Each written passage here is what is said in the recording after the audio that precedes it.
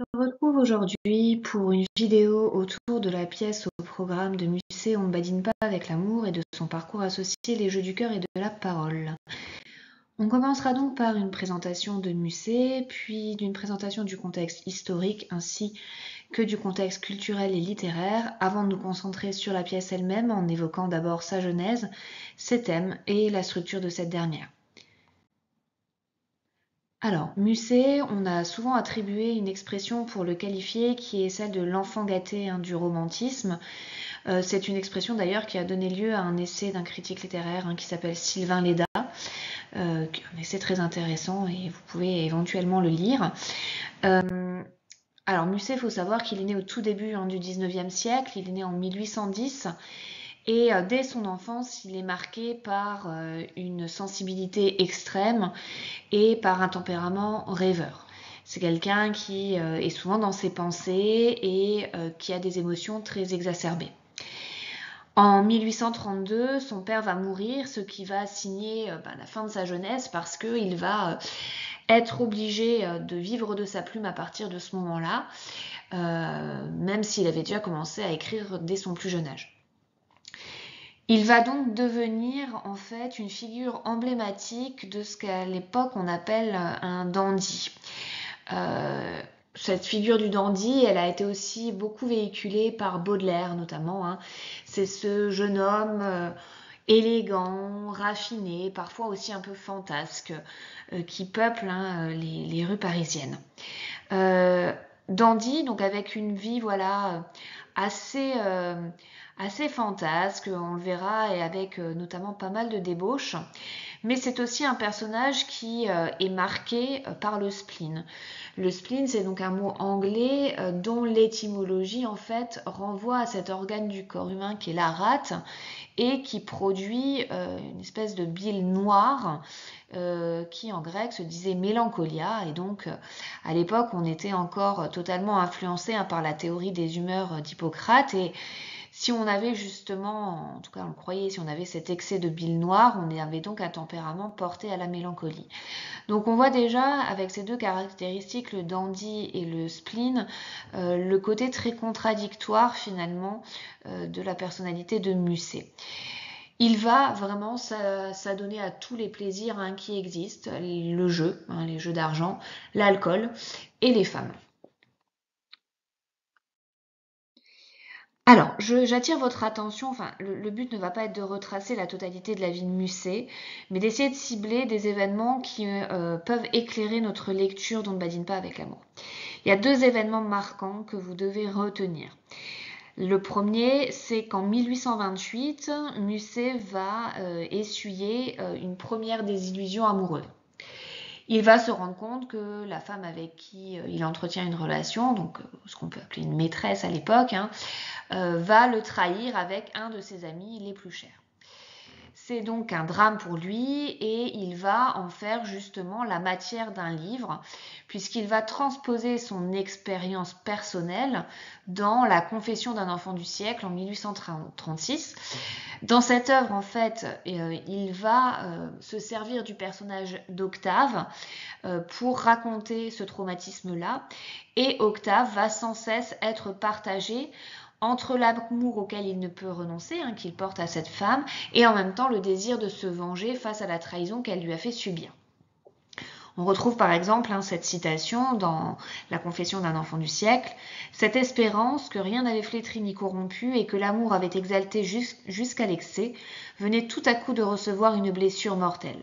La perfidie de ma maîtresse l'avait frappée au plus haut de son vol, et lorsque j'y pensais, je me sentais dans l'âme quelque chose qui défaillait convulsivement, comme un oiseau blessé qui agonise. » Donc on voit là toute cette métaphore de la blessure de l'oiseau qui est complètement à l'agonie, donc cette souffrance extrême que ressent Musset face à cette trahison. Or, cette trahison va finalement jouer un rôle sur sa conception de l'amour. Pour lui, l'amour est finalement toujours source de souffrance, et à chaque fois l'amour chez quelqu'un va lancer une espèce de quête de vérité, d'authenticité, de sincérité, mais elle sera toujours déçue.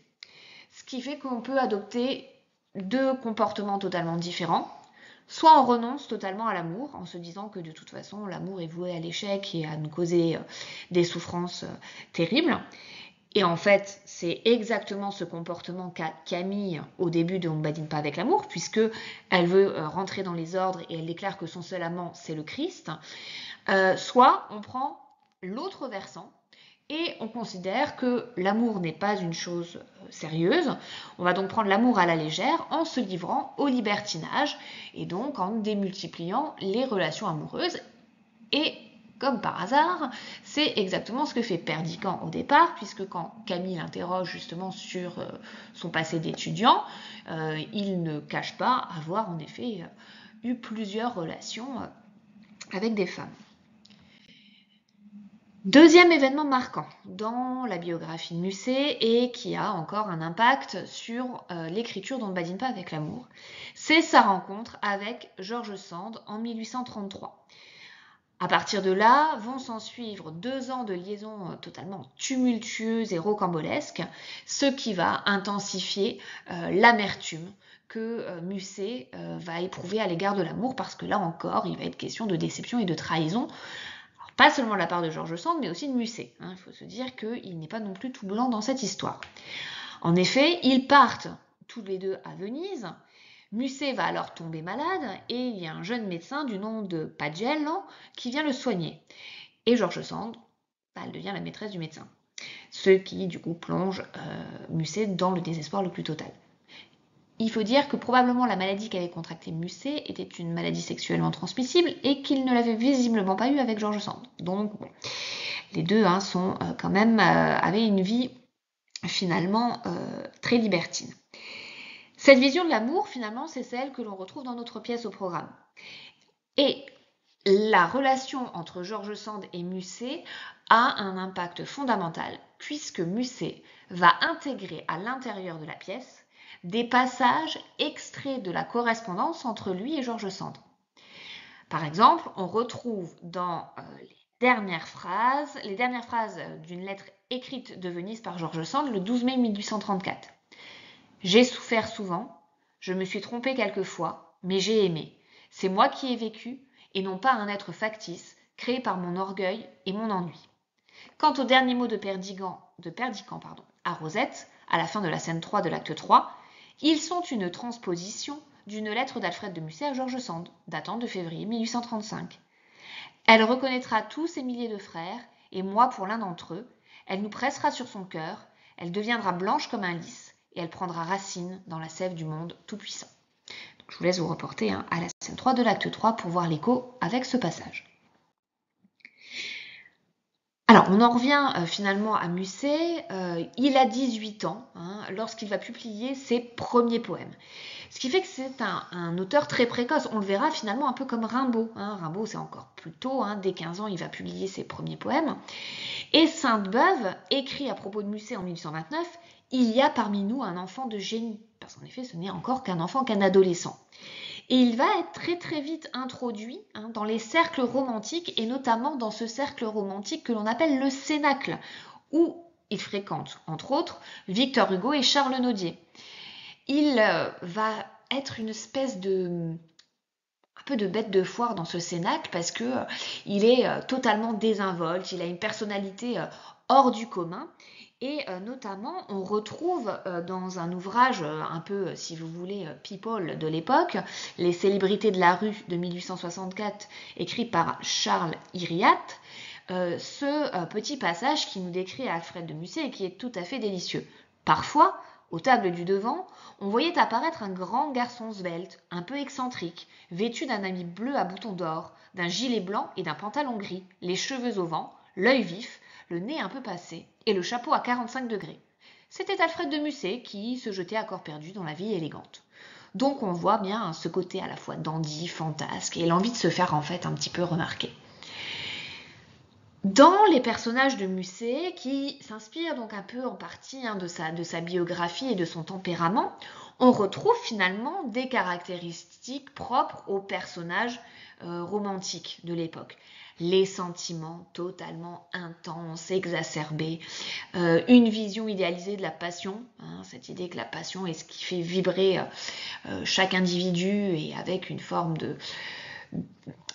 se livrer de manière inconditionnelle à cette passion, et par opposition, face justement à l'exaltation de cette passion qui apparaît comme un idéal, le désespoir devant la médiocrité de la réalité. Parce que la réalité est toujours décevante par rapport aux rêves que se font ces personnages. Néanmoins, il est un petit peu en décalage par rapport au mouvement romantique, et on y reviendra un petit peu plus loin dans la vidéo avec la présentation du contexte. Il est un peu en décalage parce qu'il refuse l'aspect sérieux du drame romantique et aussi l'aspect engagé. Musset ne va pas être un de ces auteurs comme Hugo qui va monter à la tribune, hein, qui va être député et pair de France, qui va prononcer des discours sur la misère, ou qui va écrire des romans comme Les Misérables, ou encore qui, à travers Hernani et Ruy Blas, hein, pose cette question des inégalités sociales et du peuple. Ça ne veut pas dire, et on y reviendra aussi plus tard, qu'il n'y ait pas une réflexion malgré tout hein, dans Ne badine pas avec l'amour sur des différences de classe, un contraste justement entre les jeunes premiers et les personnages grotesques, mais il n'y a pas véritablement d'engagement politique chez Musset. Alors, on va passer un petit peu en revue la bibliographie de Musset. Là encore, on ne sera pas exhaustif. Simplement, sachez que Musset, il a écrit finalement dans de multiples genres littéraires. Le premier, c'est la poésie. Alors, le titre là de l'œuvre que vous voyez apparaître hein, sur l'écran n'est pas finalement révélateur de ce qu'il contient, puisque il s'intitule Contes d'Espagne et d'Italie, mais à l'intérieur, en fait, c'est plutôt un recueil poétique, mais qui joue justement avec les frontières du genre, parce qu'on a des textes d'apparence un peu plus théâtral, un peu plus romanesque. Donc ça, c'est un recueil qui est publié en 1829 et qui témoigne déjà de l'envie d'originalité de Musset par rapport au mouvement romantique, puisqu'il dit lui-même qu'il veut se distinguer de cette école rimeuse. Donc il va mélanger les genres littéraires, comme je viens de vous le dire. Il va aussi s'amuser avec l'alexandrin et totalement le désarticuler. On va y retrouver aussi, comme l'indique le terme d'Espagne et d'Italie, un goût pour l'exotisme, pour l'ailleurs, pour le voyage. Les personnages qui peuplent ces textes-là ont aussi des caractères bien trempés, bien sanguins, toujours vifs et passionnés. Et justement, on y retrouve une peinture des passions. En 1830, c'est un peu le drame, parce que Musset va rédiger une pièce qui s'appelle La Nuit vénitienne. Sauf que lorsqu'elle est représentée sur scène, c'est un échec total. Par conséquent, Musset décide de ne plus écrire de théâtre pour la scène. Ce qui est quelque chose quand même de très novateur. Ça ne veut pas dire qu'on n'écrit pas et qu'on ne publie pas déjà des pièces de théâtre, mais à chaque fois, on le fait dans l'espoir et dans la perspective qu'elles soient représentées sur scène. Lui décide de faire un théâtre pour la lecture et il intitule ce nouveau type, si vous voulez, de pièce de théâtre, spectacle dans un fauteuil.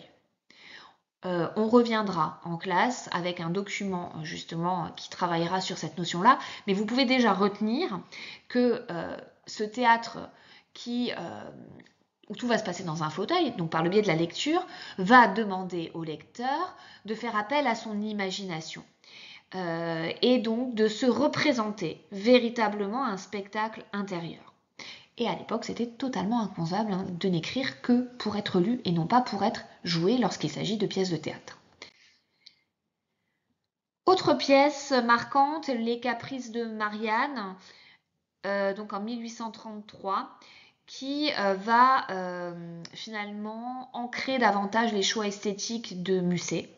Il va y définir ses thématiques majeures comme l'inconstance des sentiments, l'amour malheureux, la fragilité de l'existence des individus. Il va aussi dans cette pièce finalement, exprimer sa créativité en multipliant les décors, en découpant les scènes d'une autre manière. Je vous rappelle qu'au départ, quand on change de scène dans une pièce de théâtre, c'est parce qu'un personnage entre ou sort. Dès que vous avez un de ces mouvements-là, on change de scène. Là, vous verrez que chez Musset, on n'a pas forcément besoin que les personnages sortent pour que les scènes soient entrecoupées. Il va libérer son langage, il va aussi associer finalement son goût de la poésie et du théâtre, et il va refuser finalement de rentrer dans une case. Parce qu'il ne choisira ni entre la comédie et la tragédie, ni entre le classicisme et le romantisme. Donc on retrouve finalement dans les Caprices de Marianne des choses assez classiques et d'autres beaucoup plus novatrices. C'est Lorenzaccio en 1834 qui est considéré un petit peu comme l'emblème du théâtre de Musset et qui va le faire passer à la postérité comme dramaturge romantique. En 1836, donc on l'a évoqué, c'est la publication de la Confession d'un enfant du siècle. Donc on est confronté à une fiction autobiographique, puisque je vous l'ai dit, à travers le personnage d'Octave, finalement il raconte son expérience. Mais en arrière-plan, on a aussi finalement une réflexion sociopolitique. En fait, Musset, à travers son expérience personnelle, réfléchit aussi sur l'évolution finalement historique de sa société. Finalement, cette élégie, cette plainte de Musset va servir d'étendard à la mélancolie de toute une génération. Et cette mélancolie profonde sera baptisée le mal du siècle. Je vous invite à faire une petite recherche sur le mal du siècle, on reviendra en classe sur cette notion. Entre 1835 et 1837, il va publier une série de poèmes très tourmentés que l'on regroupe sous le terme général des nuits, puisqu'on a la nuit de mai, la nuit de décembre, la nuit d'août et la nuit d'octobre. En 1837, sa pièce Un caprice est jouée pour la première fois en 1843, est un véritable succès. En 1853, il va effectuer une première édition complète de son théâtre sous le titre Comédie et Proverbes.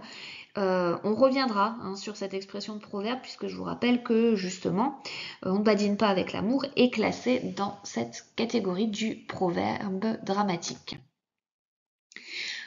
À 30 ans, Musset va vraiment démultiplier les débauches. Il s'abandonne à tous les plaisirs, il enchaîne de multiples liaisons et il va être atteint alors de pleurésie. Et cette maladie va être aggravée par sa consommation excessive d'alcool, ce qui fait que tout